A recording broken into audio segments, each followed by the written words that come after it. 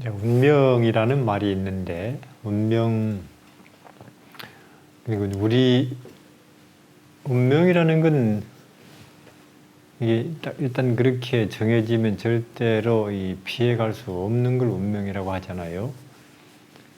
근데 예를 들면 뭐가 운명인가? 우리가 내일 점심에 빵을 먹을 것이냐, 밥을 먹을 것이냐? 운명 아니죠. 근데 내가 원하면 원하는 대로 마음대로 먹으면 되니까. 혹은 서울에 갈 것이냐, 부산으로 갈 것이냐. 원하는 대로 차표 사서 가면 되죠. 뭐가 운명인가? 남자로 태어나면 죽을 때까지 남자로 살아야 된다. 운명이죠. 바꿀 수 없거든요. 요새는 어떻게 하면 바꾸는 방법도 있다고 하긴 하지만 그게 운명이죠. 그렇게 살아야 되는. 죽는다는 것. 모든 사람이 죽는다는 것. 피할 수 없는 운명. 근데 이제 우리에게는 운명인데 하나님께는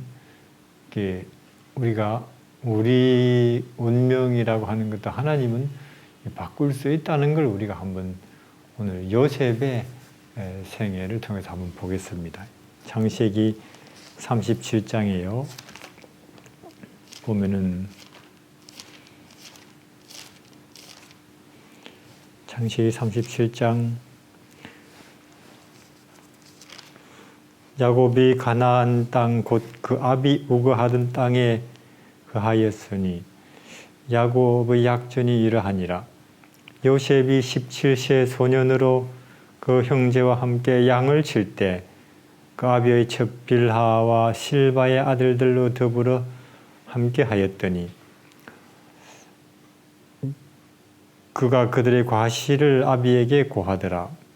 요셉은 노년에 얻은 아들인 고로 이스라엘이 여러 아들보다 그를 더 깊이 사랑하여 그를 위하여 채색 옷을 지었더니 형들이 아비가 형제들보다 그를 더욱 사랑함을 보고 그를 미워하여 그에게 언사가 불평하였더라. 이제 약 700~800년 전에 그 야곱이라는 사람이 살았는데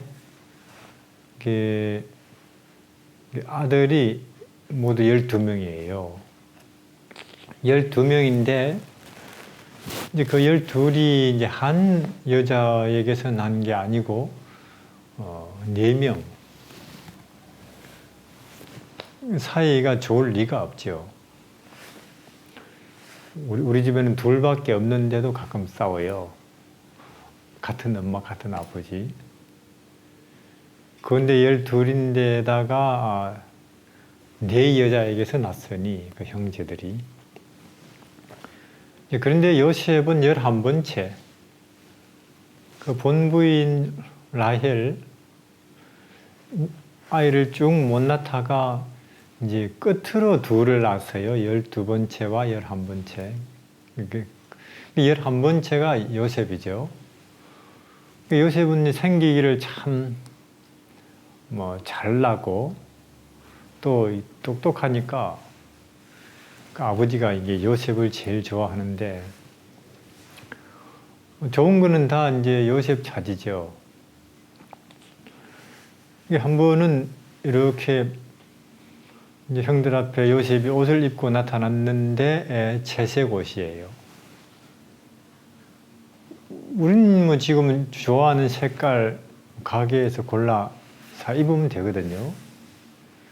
근데 그 당시 이게 물감이 굉장히 귀하던 시절, 이게 물감 들인 옷은 웬만한 신분 아니면 입기 어렵습니다.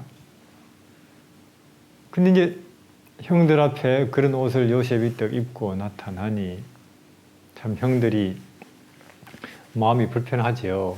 우리는 구경도 못했는데 저놈은 입고 다닌다. 그리고 또 이 요셉이 형들이 하는 이런 저런 잘못 한 것들 아버지한테 일러 바치는 거예요. 그러면 형제들 입장에서는 요셉이 참 하는 짓마다 밉죠. 눈에 들어있는 가시 같은 존재. 근데 여기 하루는 요셉이 꿈을 꾸고 자기 형들에게 고함에 그들이 더욱 미워하였더라. 요셉이 그들에게 이르되 청컨대 나의 꾼 꿈을 들으시오. 이제 하루는 이제 형들 일하는 데 와서는 내 꿈을 꾸었는데 뭐냐?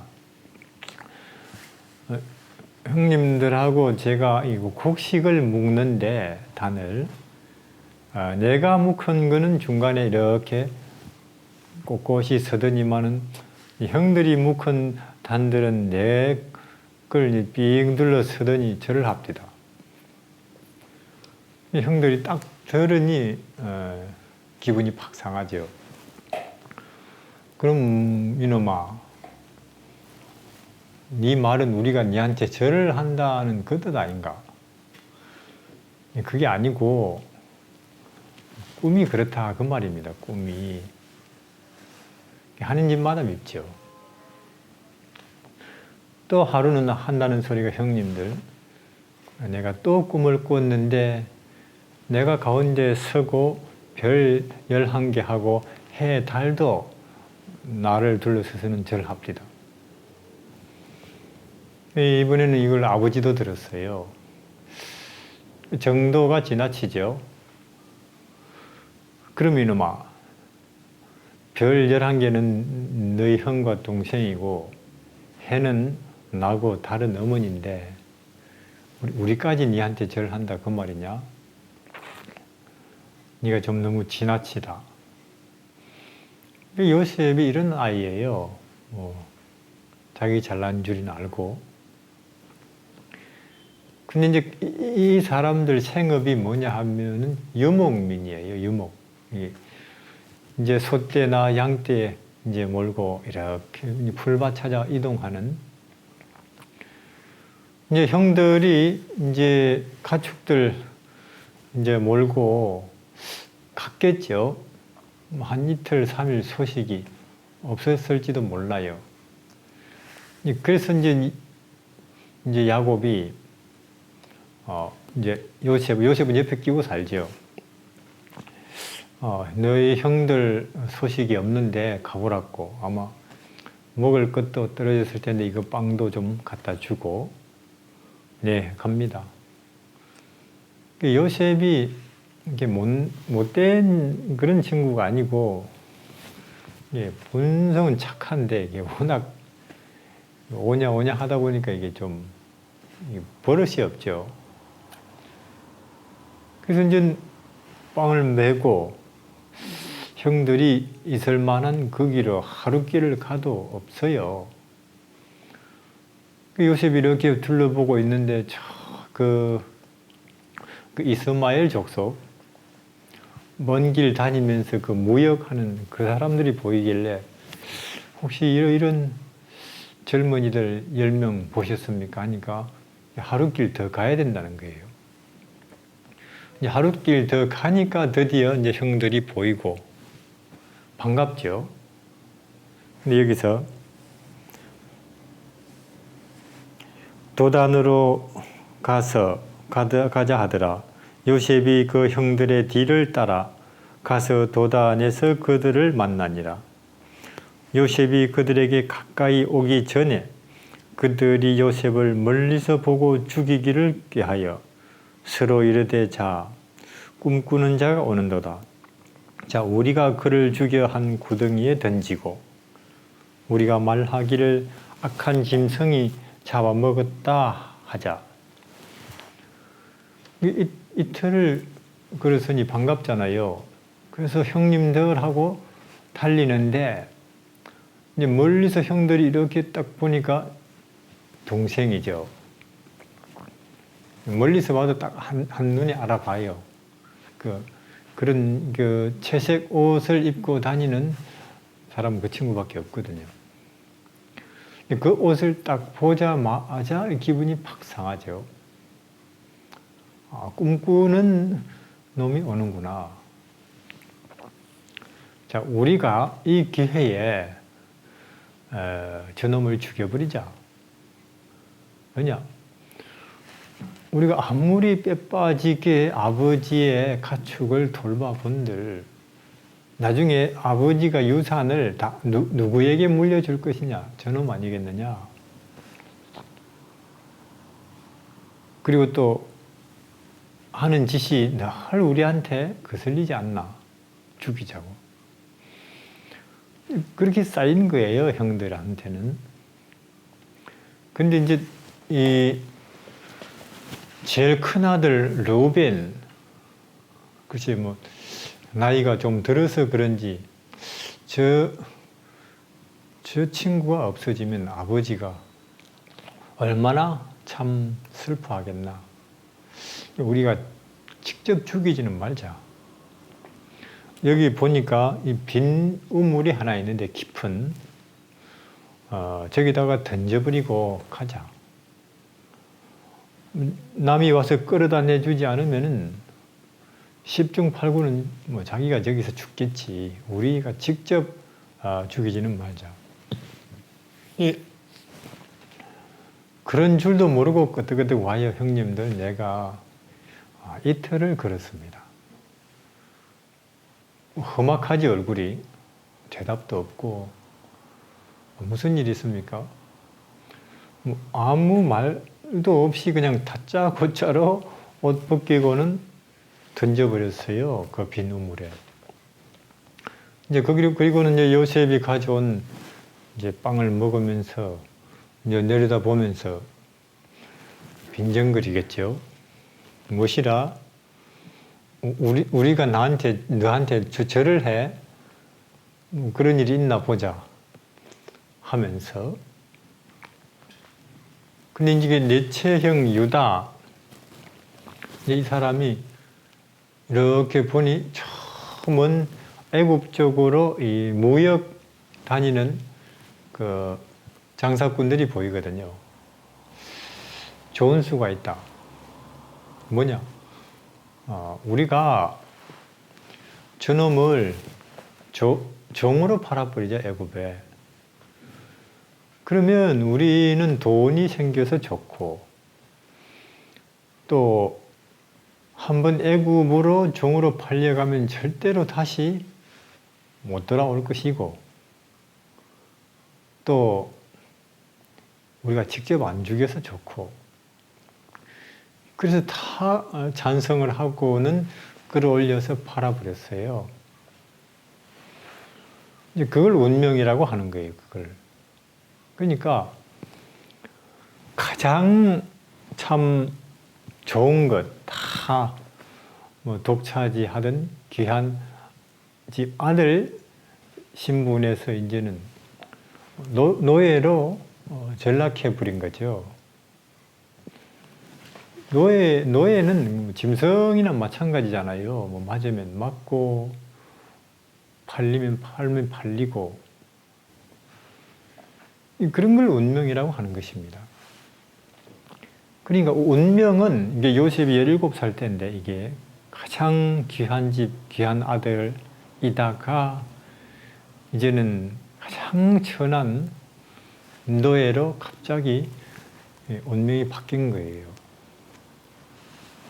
이와 같이 운명은 예고도 없이 어느 날 나에게 들이닥칩니다. 뭐 날씨야 일기예보가 있죠. 비 올 것 같으니 우산을 챙기든지 알아서 하시라고. 그리고 운명은 느닷없이 예상하지 못했던 때에 나에게 닥쳐서는 나를 데리고 전혀 내가 모르던 곳으로 끌고 가버린다니까요. 분명히. 내가 원해서 그렇게 되는 게 아니죠. 주체사상, 북한 친구들이 그러더라고요. 우리 수령님의 주체사상은 가장 뛰어난 사상이라고.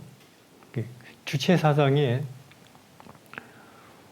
그 가장 핵심적인 내용, 내 운명의 주인은 나고 내 운명을 개척하는 힘도 나에게서 나온다. 그러면 그들이 지금 어렵잖아요. 자기들의 운명. 그거 자기 스스로 택한 것입니까? 그리고 전 또 물으세요. 만약에 자기의 운명을 선택할 권리가 자기에게 있고 그 운명을 스스로가 개척해 나간다고 하면 왜 북한 정부는 가장 자기 국민들의 주체적인 선택 권리를 가장 억압하고 박탈하느냐? 그런 면에서 본다면 가장 주체 사상을 잘 실천하고 있는 나라가 미국인 것 같다. 좀 그렇게 이야기를 한 적이 있는 것 같아요. 그러나 운명은 그 운명의 주인이 자기도 아니고 그 운명을 개척하는 힘이 자기에게서 나오는 게 아니죠. 누가 암 걸리고 싶어서 걸리나요? 죽고 싶어서 죽는 사람 어디 있습니까? 그렇게 닥친다니까요. 어느 날 느닷없이 우리도 멀쩡히 살았는데 어느 날 몸이 좀 이상해서 병원 가보니 의사가 암이라는 거예요. 그러면 그 순간부터 그 사람의 생활은 완전히 달라지는 것입니다. 완전히 느닷없이 닥치는. 저는 전에 우리 고향 쪽에 한 여자아이 아주 그 인물이 곱고 참 마음씨 착해요. 총명하죠. 누구나 보면 우리 며느리 삼았으면. 근데 그 여자아이가 25살 때 자전거 타고 가는데 뒤에서 트럭이 쳤어요. 하반신 불구죠. 지금은 방에서 눈물로 세월 보내고 있습니다. 그렇게 어느 날 느닷없이 닥치는 것이 운명이라니까요. 피해갈 수도 없고 더더군다나 가장 우리 모두에게 반드시 어느 날은 닥칠 운명, 죽는 거 아니에요?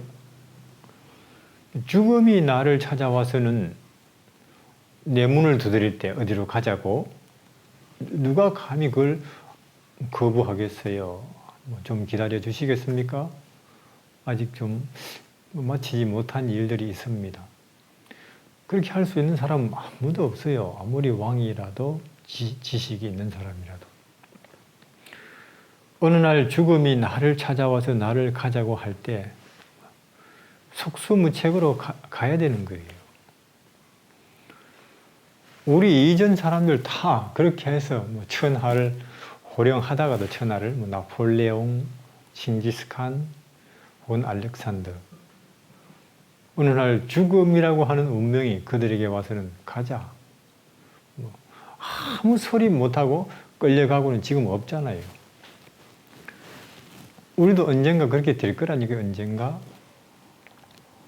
느닷없이. 그래서 그 베토벤이라는 사람이 그 운명이라는 제목으로 노래 교향곡을 하나 만들었죠. 운명 교향곡. 운명이 문을 두드려요. 그렇죠? 운명이 와서 내 문을 두드릴 때 누가 그걸 좀 기다리겠습니까? 난 가갈 수 없습니다.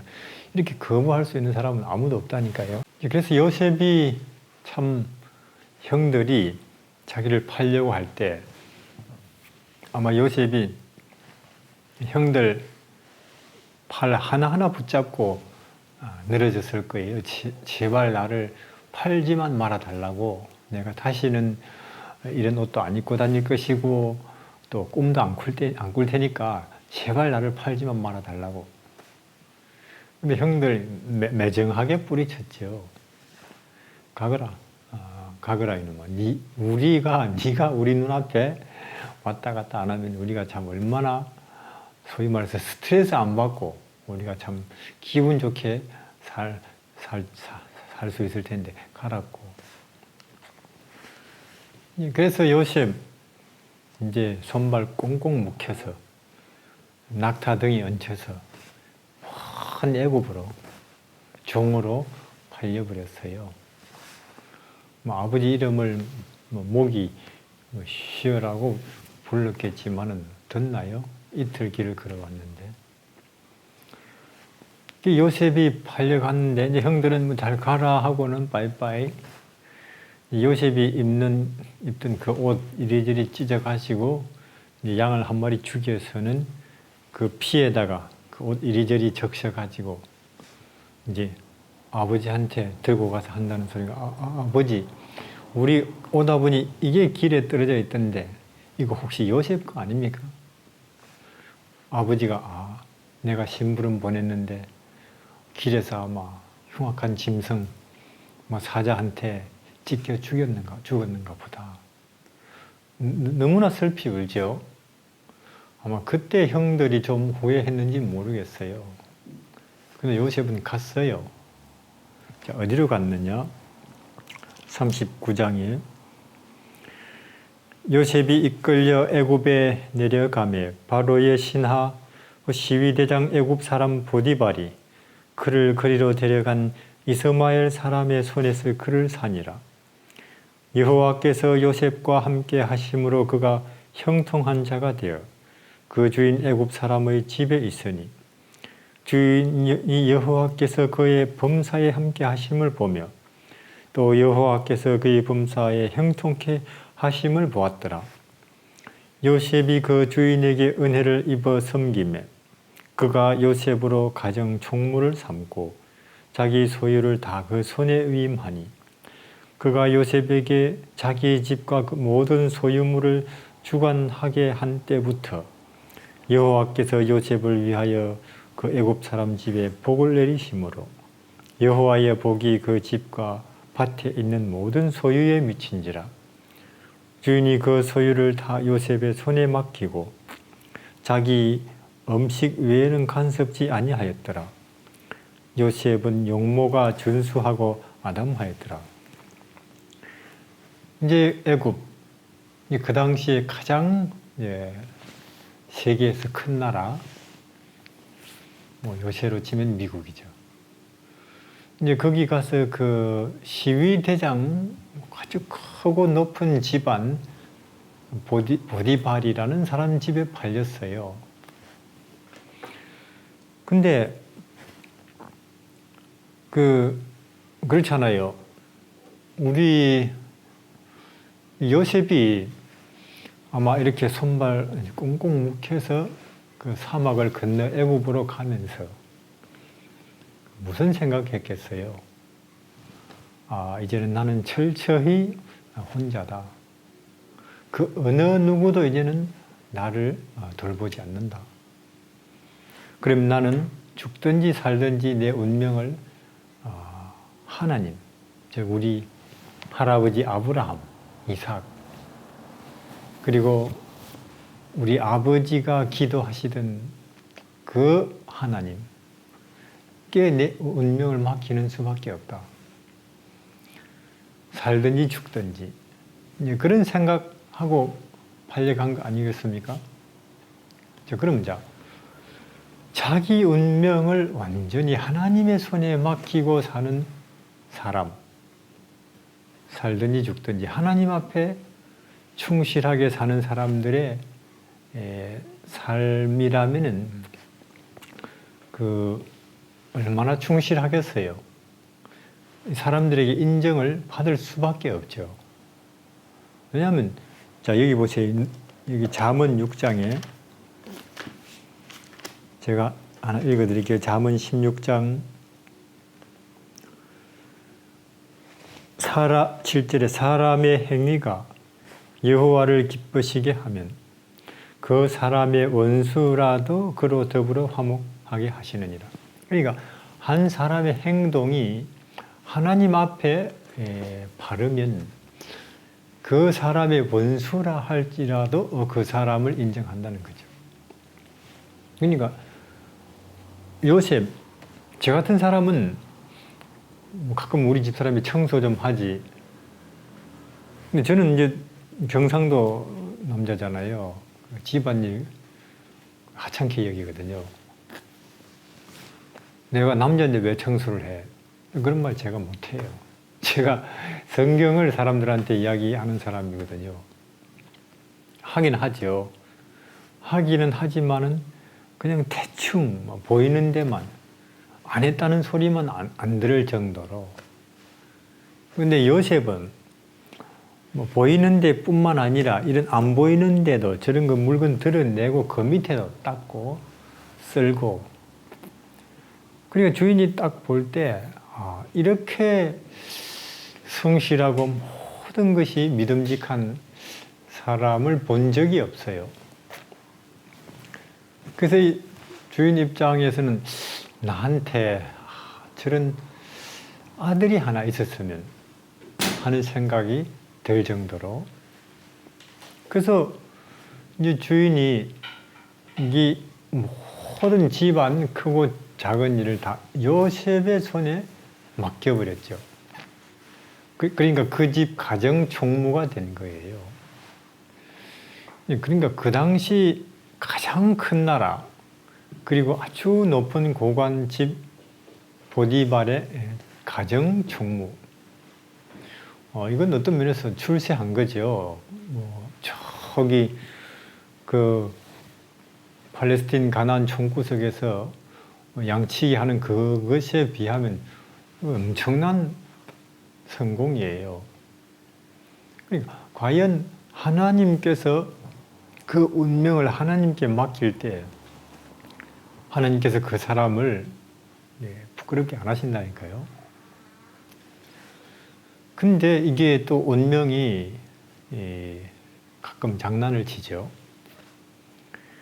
요셉은 그 외모가 아주 여기 준수하였더라. 다시 말해서 잘났다는 거죠. 저 같은 사람하고 틀려요. 이게 문제가 돼요. 그 주인 보디발의 부인이 요셉을 이렇게 그 이상한 눈으로 보는 거예요. 참 입장 곤란한 거예요. 이렇게 되면. 요셉이 제발 나를 그렇게 좀 보지 마시고,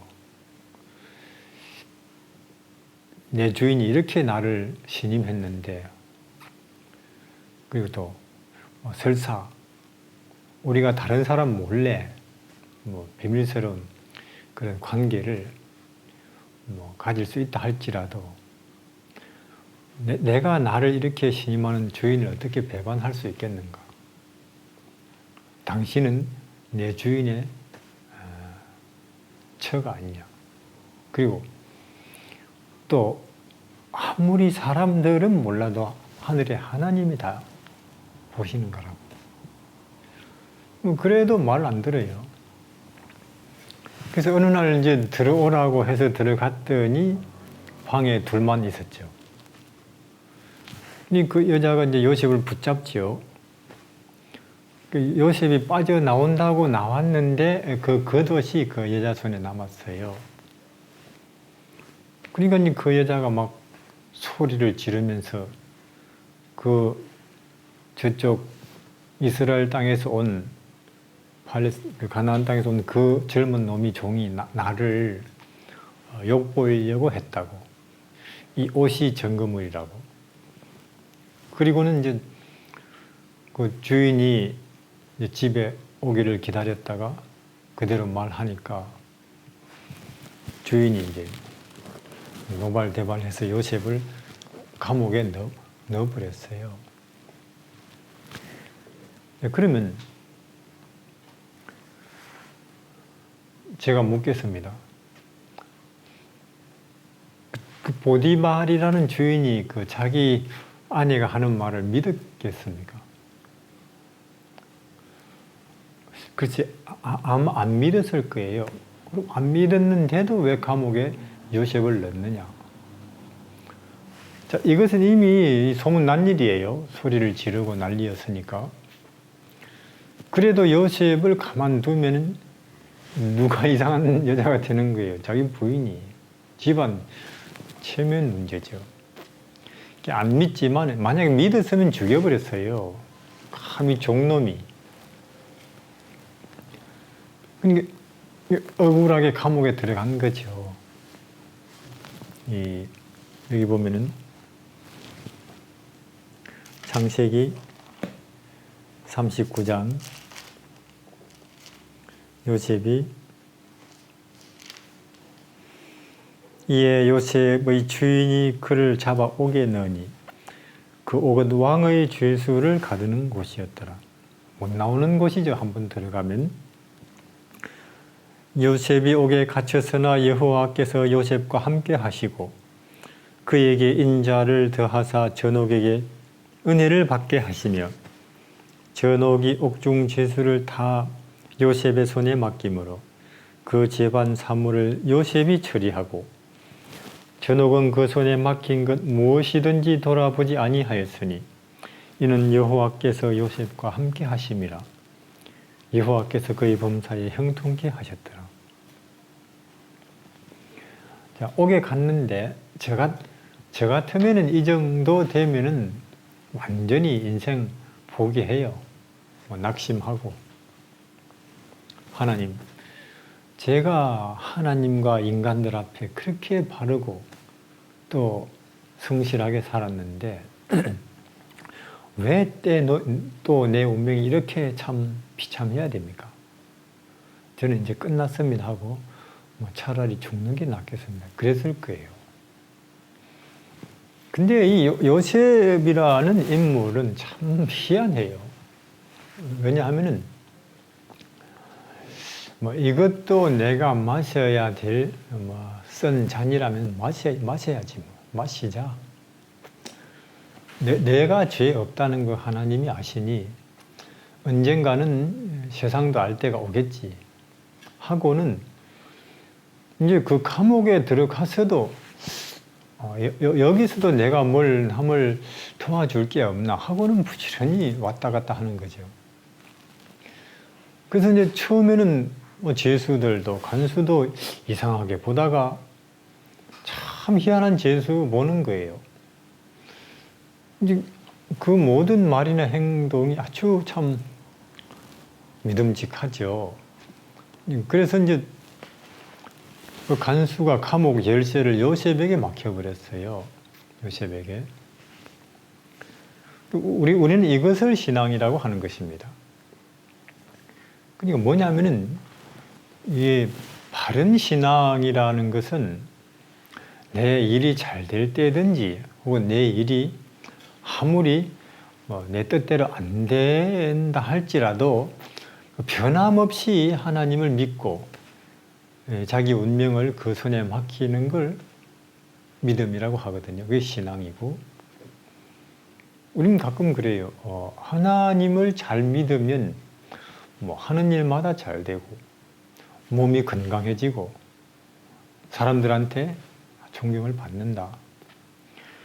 근데 요셉을 보세요. 꼭 그렇지 않을 수도 있다니까요.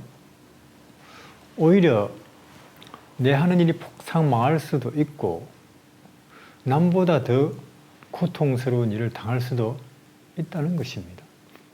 그러나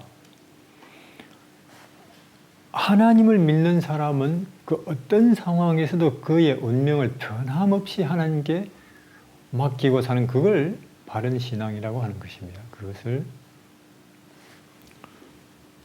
저는 이런 이야기 들은 적이 있어요. 어떤 공무원이라네요. 국가 공무원. 근데 이제 아주 충실한 기독교인이에요. 근데 이제 교회에 이제 일요일에 예배드리는 근데 이제 성경을 쭉 본인이 스스로 연구하는 가운데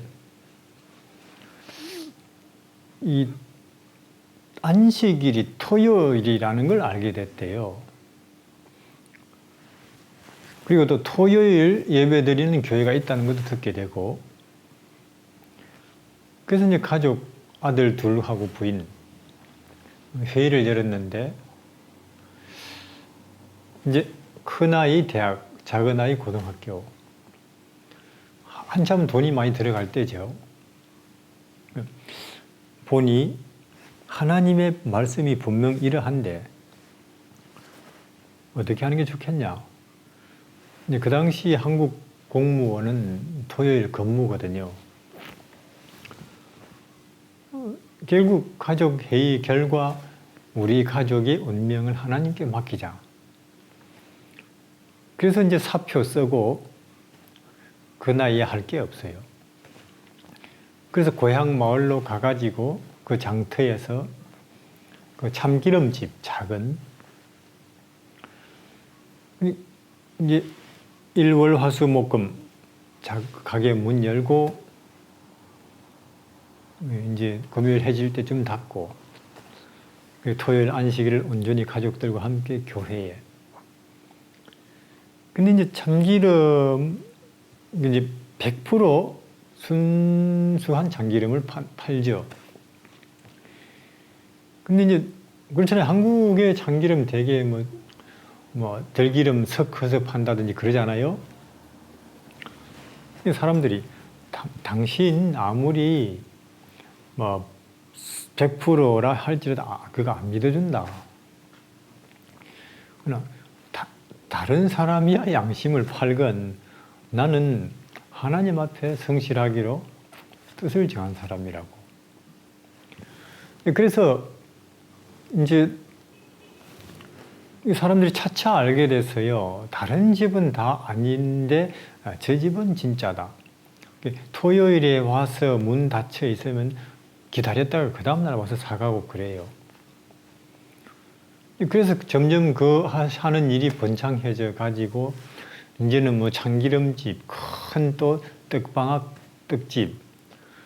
지금은 과거 공무원 하던 그때보다 훨씬 더 수입이 많고 또 교회를 열심히 돌본다네요. 그러니까 운명을 하나님께 맡기는. 또 제 친구 하나 이야기 들었어요. 보니까 이용남 씨인데 제가 중국에 있을 때 이제 청년 때에 이제 신앙을 받아들였고 싸움하다가 그래가지고 그때 이제 저기 동북에서 청도 왔더라고요. 할 게 없어요. 그래서 몇 달 동안 참 아무것도 못 하다가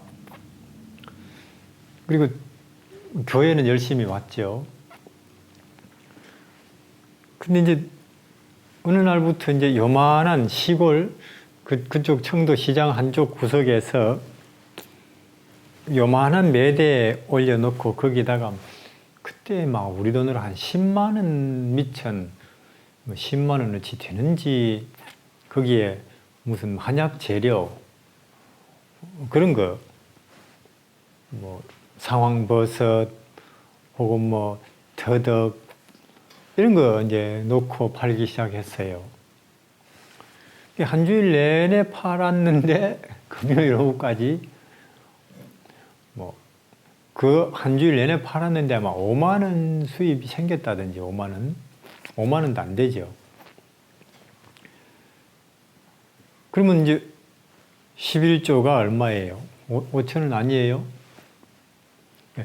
금요일 오후만 되면 교회 가서 청소 싹 하고 남보다 빨리 와서 교회를 정리하고 준비하고 노래를 인도하고 안식일도 온종일 그렇게 교회에서 봉사하다가 또 11조 5천 원 내고 또 그 다음 한 주일 팔아보니 그 다음 한 주일 수입이 10,000원 또 금요일 오후 되면은 또 교회 가서 청소하고 노래 부르고 봉사하고 또 뭐 11조 1,000원 내고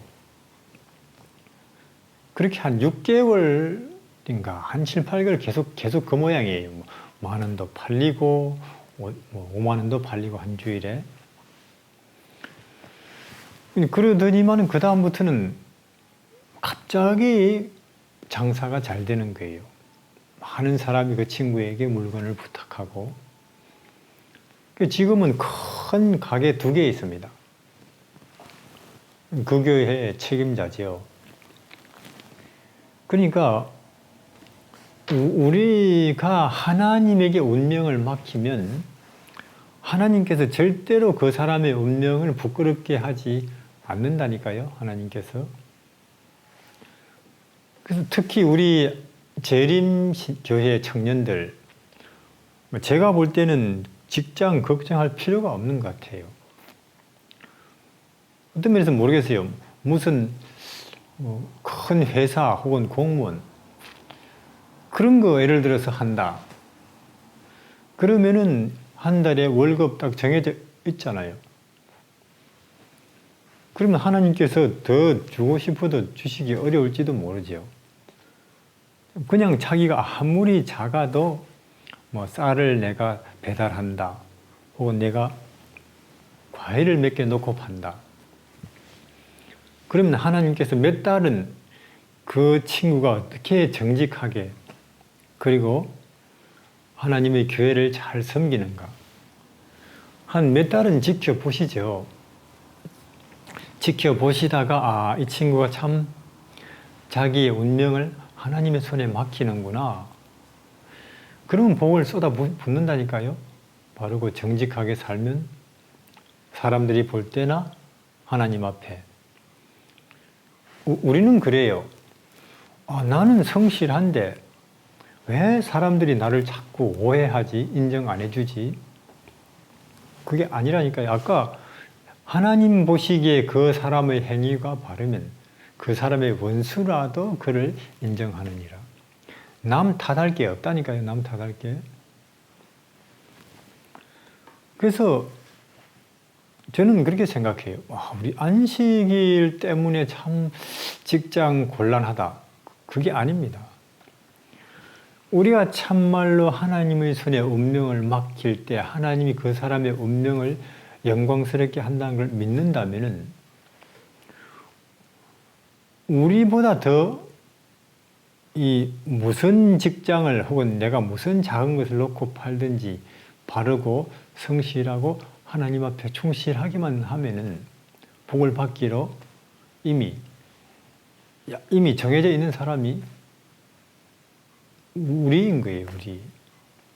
다시 말해서 시간의 7분의 1 안식일을 지키고 그리고 내 수입의 10분의 1, 11조를 하나님 앞에 구분하는 가운데 그래도 1년이 가도 5년이 가도 그 사람이 복을 못 받으면 하나님이 안 계신 거예요. 우리가 이 땅에 사는 동안의 삶 속에서도 참 우리 삶이 윤택해지도록 복을 정해져 있는 조건이 있는데 그건 안식일을 거룩하게 지키고 또 11조를 구분하는 그 가운데서는 복을 받게 돼 있으니까. 그래서 요셉이 감옥에서 이제 속된 말로 썩는 거예요. 근데 그 감옥에 누가 왔느냐 하면 여기에 그 당시 애굽 왕의 술 관리자와 음식 관리자가 왔어요. 굉장히 높은 신분이죠. 측근들이죠. 왜냐하면 어느 시대나 이게 독살이라는 게 있으니까 이런 일은 가장 신임받는 사람한테 맡기거든요. 근데 어쩐 일인지 그 사람들이 감옥에 왔는데 이제 요셉이 그 사람들을 돌보게 됐죠. 근데 하루는 요셉이 이렇게 들어가 보니까 그 사람들 얼굴이 어두워요. 요셉이 물었어요. 여기 40장. 아침에 요셉이 들어가 보니 그들에게 근심 빛이 있는지라. 요셉이 그 주인 집에 자기와 함께 갇힌 바로의 관원장에게 묻되 당신들이 오늘 어찌하여 근심 빛이 있나이까? 그들이 그에게 이르되 우리가 꿈을 꾸었으나 이를 해석할 자가 없도다. 그냥 그들 말이 무슨 일이 있습니까? 우리가 꿈을 꾸었는데 그냥 꿈은 아닌 것 같은데 의미를 모르겠다. 자, 꿈 하면은 요셉이 할 말이 좀 있는 사람 아니에요? 꿈 어떤 꿈입니까? 이제 먼저 그 술 관리자가 하는 말이 내가 꿈에 보니 아주 탐스러운 포도가 세송이 있고 그리고 내 오른손에는 그 왕의 술잔이 있던데 요셉이 딱 듣고는 참 그 좋은 꿈입니다. 뭔데? 당신은 아마 3일 후에 다시 석방이 될 것 같고, 그리고 원래 그 지위에 회복이 될 겁니다. 근데 이제 음식 책임자가 나는 머리에 왕의 음식을 쇠 광주리 이고 가는데 공중에 새가 먹어버리더라. 요셉이 듣고는 입을 다물어요. 뭐 어떻든 한번 해석을 해보라고. 아주 안 좋은데요. 왜? 3일 후에 당신은 처형이 될 것이고 당신 몸은 아마 새 먹으라고 던져질 것입니다. 그대로 됐어요. 요셉이 이제 술 책임자 나갈 때 혹시 당신이 황제 옆에 가실 일이 있을 텐데 제 억울한 사정 좀 이야기해 주십시오. 난 여기 이렇게 얼마나 죄 지은 사람 아닙니다. 근데 이야기하지. 하고 나갔지만은 참 오래간만에 감옥에서 나와서 뭐 가족, 친척, 친구 만나고 좋아하다 보니 잊어버렸어요. 이 요셉 일을.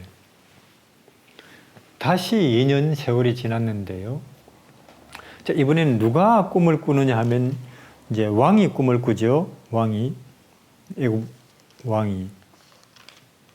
여기 보면 만 2년 후에 바로가 꿈을 꾼적 자기가 하숫가에 섰는데 보니 아름답고 살찐 7 암수가 하수에서 올라와 갈밭에서 뜯어먹고 또 그 뒤에 흉하고 파리한 7 암소가 하수에서 올라와 그 소와 함께 하숫가에 섰더니 흉악하고 파리한 소가 아름답고 살찐 7 소를 먹은지라.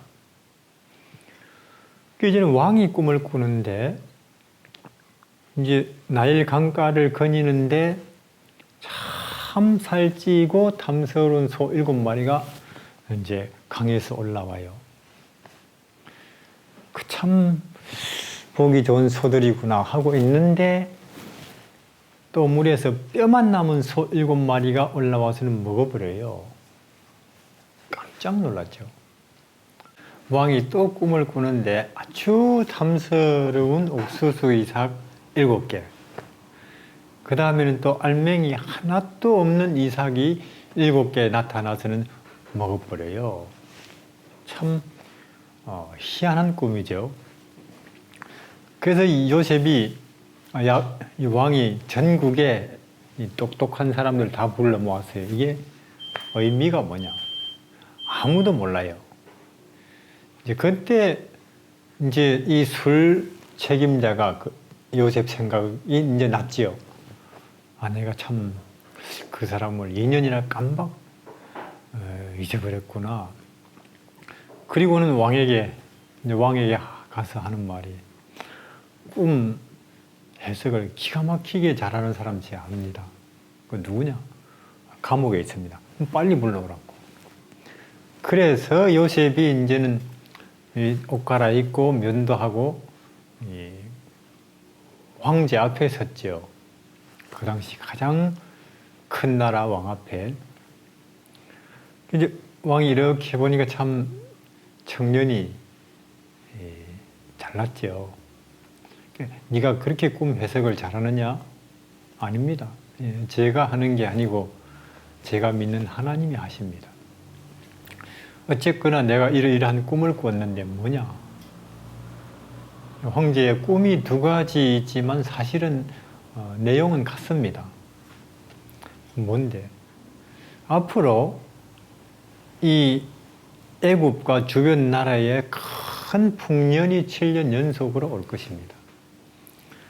그리고 또 그 후에는 아무것도 수확물이 없는 흉년이 또 7년 연속으로 올 겁니다. 이게 정확하죠? 그럼 어떻게 하면 좋겠느냐?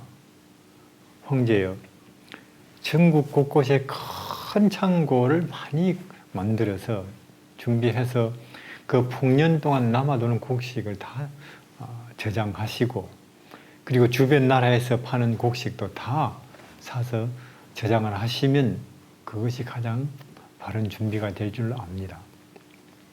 그 계획도 너무나 좋죠. 그래서 여기 보면은 여기 37절에 바로와 모든 신하가 이 일을 좋게 여긴지라.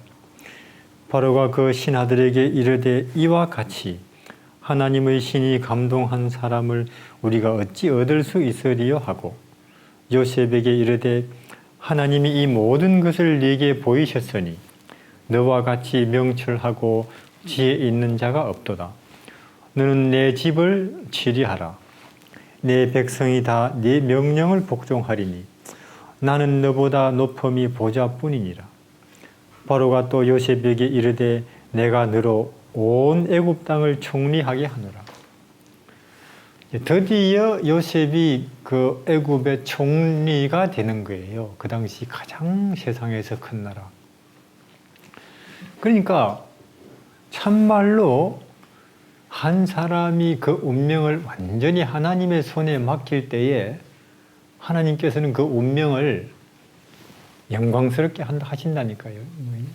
요셉이 총리의 꿈을 안고 애굽에 유학한 거 아니잖아요. 운명을 그저 하나님께 맡기고 종이면 종노릇, 감옥이면 감옥 생활을 충실하게 했을 뿐인데 이렇게 애굽의 총리가 된 거죠. 자, 그러면 요셉이 애굽의 총리가 된 게 누구 덕분이에요? 물론 전적으로 하나님의 덕분인데 또 이 일에 대해서 요셉이 감사하다고 인사해야 될 사람들이 있지요. 우선은 그 형들 보고 감사해야 돼요. 형들이 요셉을 안 팔았으면은 아직도 저 시골 촌구석에서 양이나 한 마리 두 마리 자기 잘난 줄은 알고 또 누구에게 감사해야 되겠습니까? 그 보디발의 부인한테 찾아가야 돼요. 사과 한 상자 사들고 당신이 나를 감옥에 집어넣지 않았다면 아직도 당신 밑에서 종노릇이나 하고 있을 텐데 당신이 나를 감옥에 집어넣어서 내가 오늘은 총리가 됐다고.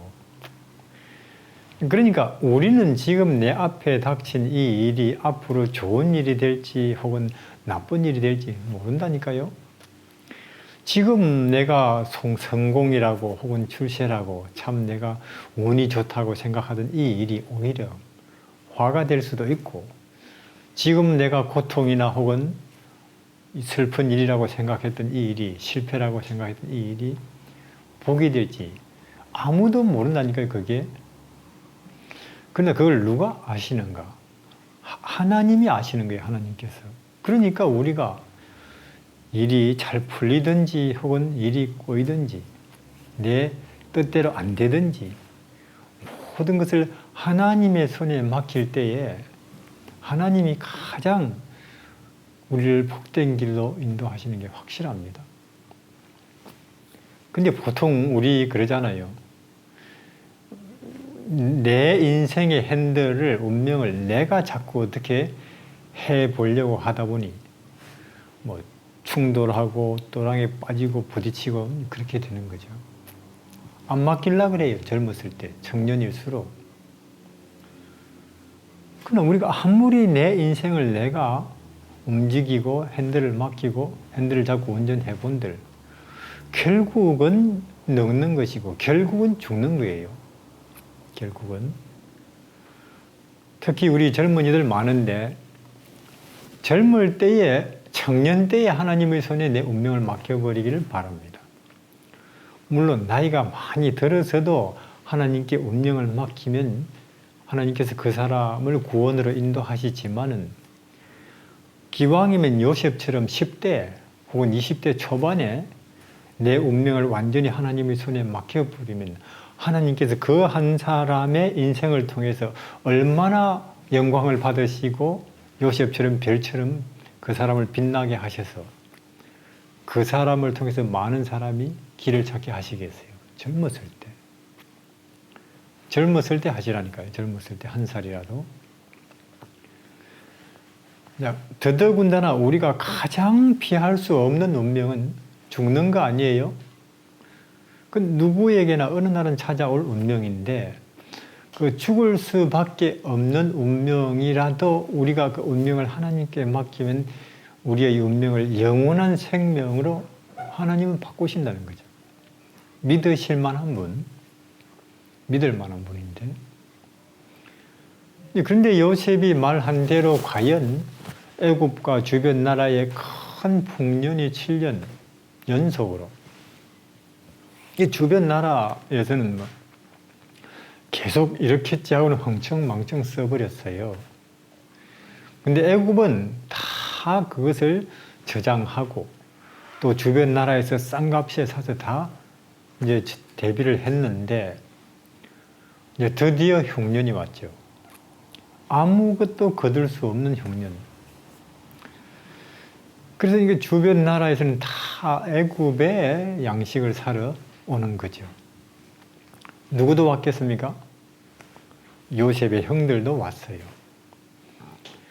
그 요셉이 이렇게 소문 들으니까 저 이스라엘 땅에서 청년 형제 10명이 왔다는데 가만 들어보니 자기 형들 같거든요. 그래서 불러오라고 이제 시켰는데 왔는데 딱 보니까 총리 형들이에요. 형들. 절을 하는데 다 보니까. 총리니까 총리 앞이니까 절을 하겠죠. 이게 자기 앞에서 쭉 엎드려 절하는 형들 보고 요셉이 무슨 생각 났겠어요? 어릴 때 꾼 꿈이 생각나지 않았겠어요? 아, 그 꿈이 이렇게 참 희한하게 이루어지는구나. 시침이 뚝 떼고 너희는 어디서 왔나? 예, 우린 이스라엘 땅에서 왔습니다. 너희가 다 너희 형제가 10형제냐? 아닙니다. 우리 원래 12형제입니다. 그럼 왜 지금 10명이냐? 예, 막내는 집에 있고 한 명은 어찌어찌 하다가 없어졌습니다. 너 아버지 계시냐? 예, 집에 아직 살아 계십니다. 요셉이 막 눈물이 나오지요. 그래서 얼른 화장실에 가가지고 이제 실컷 울고 또 얼굴 딱 세수 싹 하고는 또 모르는 척 하고는 참말로 너희 막내 동생 집에 있나? 왜냐하면은 요셉이 지금 궁금한 게 자기 이제 말하자면은 배가 같은 동생이 베냐민이라는 거 있잖아요. 안 보이는 거 보니 이 형들이 그 동생도 뭐 죽이거나 팔아 먹어버리지 않았나? 예, 집에 있습니다. 그러면 누가 가가지고 그 너희 동생 데리고 와. 만약에 안 데리고 오면 너희들은 다 죽는다. 이제 그러니까 이제 자기들끼리 자기네 나라 말로 못 알아듣는 줄 알고 그거 뭐라고 그때 내가 팔지 말자고 하지 않았나. 지금 우리가 그 벌을 받는 것이라. 그래 누가 인질로 남을래? 뭐 내가 남아야지. 형이야 뭐 결혼해서 자식도 있으니. 아니라 나는 뭐 살 만큼 살았으니 내가 인질로 남겠다. 서로 남는다고 하는 거예요. 그러니까 요셉이 가만 보니 전에 서로 싸우고 질투하고 시기하던 그 모습이 아니에요. 참 세월이 그들을 많은 참 고난 가운데 다 바꾼 거죠. 세월이. 그러니까 우리도 이게 참 얼른 섣불리 사람들 판단하지 말고 세월을 보내봐야 될 거예요. 요셉이 딱 보고는 이제 전에 그런 형이 아니거든요. 당신들 눈을 들어서 나를 한번 똑똑히 보시오. 딱 보니까 자세히 누구예요? 요셉이에요. 그들은 이제 우린 죽었구나. 그렇게 생각했겠죠. 그때 요셉이 여기 45장에 5절에요. 당신들이 나를 이곳에 팔았으므로 근심하지 마소서. 한탄하지 마소서. 하나님이 생명을 구원하시려고 나를 당신들 앞서 보내셨습니다. 요셉이 속 좁은 사람이 아니에요. 걱정 마십시오, 형님들. 이런 흉년의 때를 위해서 하나님이 나를 미리 이곳에 보내신 것입니다. 이것이 다 하나님께서 하신 일입니다. 앞으로 흉년이 5년 더 남았습니다. 내가 여기서 총리 아닙니까?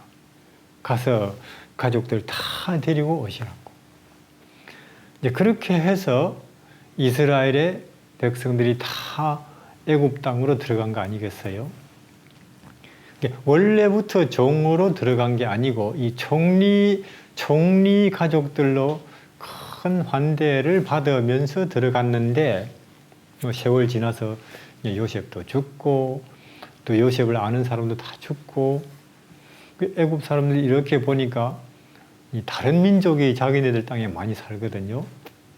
그래서 종으로 만들어 버렸어요. 그렇게 종 노릇을 한 400년 하다가 이제 드디어 모세가 태어나고 하나님께서 모세를 앞세워서 그들을 애굽에서 이제 출애굽하게 하시는데 그 이야기는 출애굽기에서 읽으실 수가 있을 겁니다.